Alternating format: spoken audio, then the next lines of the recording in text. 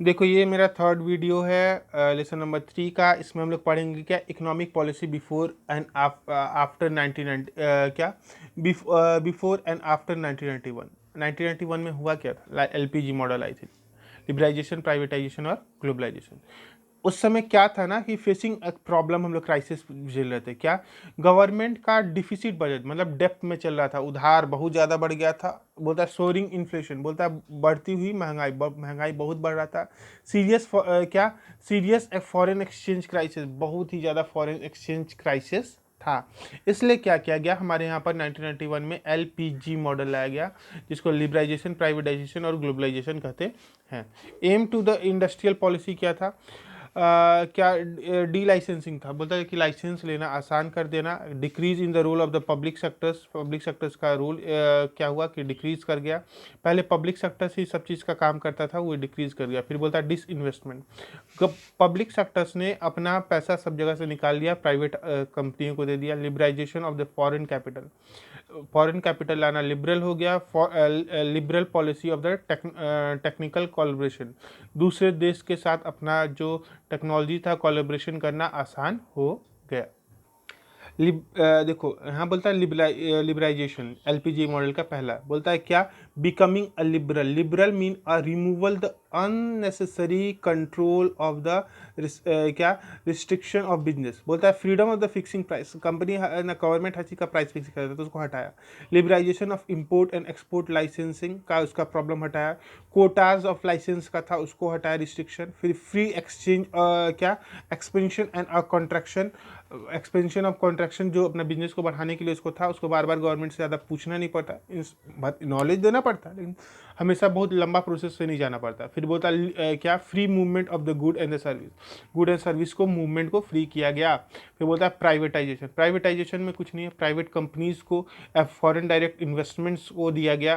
Approximately आज के दिन में 100% इन्वेस्टमेंट भी कहीं कहीं पे प्राइवेट कंपनीज का है। बोलता है privatisation means and giving a greater role to the private sectors in the nation building process and the reduce the role of the public sectors. बोला डिस इन्वेस्टमेंट हुआ, क्या हुआ डिस इन्वेस्टमेंट हुआ। Transfer of ownership, ownership transfer हुआ। Disinvestment मतलब जो government का था गवर्नमेंट ने बेच दिया। Transfer of the ownership, ownership transfer होने लगा। क्या फिर बोला क्या सेटिंग अप होने लगा कि नया नया प्राइवेट कंपनी यहाँ पर आके स्टैब्लिश होने लगे। अब हम लोग पढ़ेंगे ग्लोबलाइजेशन। ग्लोबलाइजेशन क्या होता है। Globalization mean interacting of the various economic of the world leading towards the emerge of the क्या इमर्ज ऑफ द cohesive और well inter related global economic, मतलब एक ही छत के नीचे हम लोग सब एक साथ बिजनेस कर पाए, इज कॉल्ड अ ग्लोबलाइजेशन। बोलता है abolishing of the export duty, export duties को रिड्यूसिंग इन इंपोर्ट ड्यूटी और reconstruction of the tariff, tariff structure था उसको हटाया गया, उसको रिकंस्ट्रक्शन किया गया। देखो इसका इफेक्ट क्या हुआ, impact of the new economic policy 1991 का क्या हुआ। इंक्रीजिंग कंपटीशन बढ़ा, more demanding of the customer बढ़ा, नेसेसिटी फॉर चेंज, हम लोग का नेसेसिटी डिमांडिंग क्या हुआ। पहले एक वो सामान था हमारे पास, मोनोपोली था, अब और आगे कंपनी आने लगी तो हम दूसरे सामान का भी डिमांडिंग करने लगे। Necessity for a changes, changes necessity में आई। Export a matter of survival, export matter survive करने लगे। मार्केट ओरिएंटेशन हुआ, मार्केट ओरिएंटेशन मतलब हम यहाँ का सामान कहीं से भी ले सकते हैं। अब देखो ये थोड़ा सा छूट गया था, इसको मैंने डाल दिया managerial response for change of the business environment. क्या क्या पहले क्या हुआ है कि जॉइंट वेंचर किए हम लोग एमएनसीज के साथ, मल्टीनेशनल कंपनी के साथ, यूज़ ऑफ मॉडर्न टेक्नोलॉजी, हम लोग बस नया नया सामान आने लगा। ब्रांड बिल्डिंग, हमारे यहाँ पर नया नया ब्रांडेड सामान आने लगा। कस्टमर ओरिएंटेशन होने लगा, कस्टमर के लिए ज़्यादा फायदेमंद हम लोग सोचने लगे। डाइवर्सिफिकेशन हुआ, हम लोग एक बिजनेस में करते थे तो हम लोग 2-3 बिजनेस में जाने लगे। अब हम लोग का लास्ट टॉपिक है demonetisation.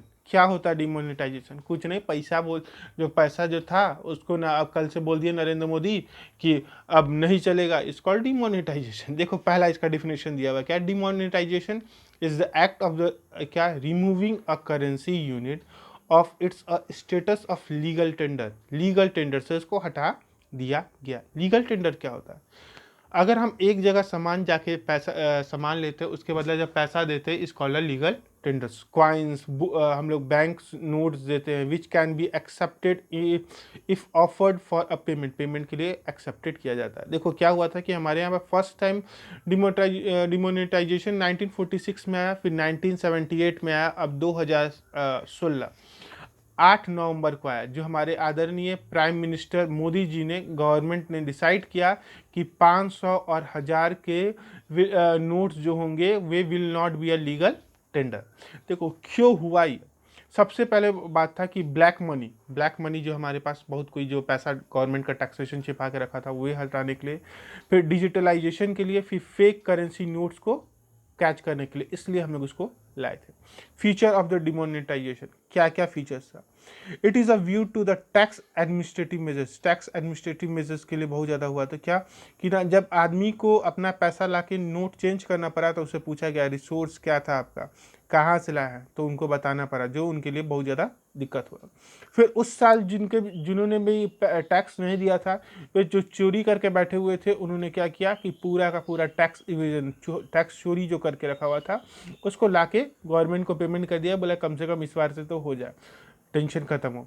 It create a cashless economic, हमारे यहाँ पर कैशलेस इकोनॉमिक क्रिएट किया। और बोलता है क्या, इरेडिंग अ करप्शन, हमारे यहाँ से करप्शन पूरी तरह हटाने के लिए कोशिश किया गया। अब ये कितना सक्सेसफुल हुआ कितना नहीं सक्सेसफुल हुआ, ये हर डाटा अलग अलग बताता है। आरबीआई कुछ और बताता है, गवर्नमेंट कुछ और बताता है। ठीक है, ये हमारे सिलेबस में नहीं है, हम लोग को यहीं तक पढ़ना है। ठीक है, बाय।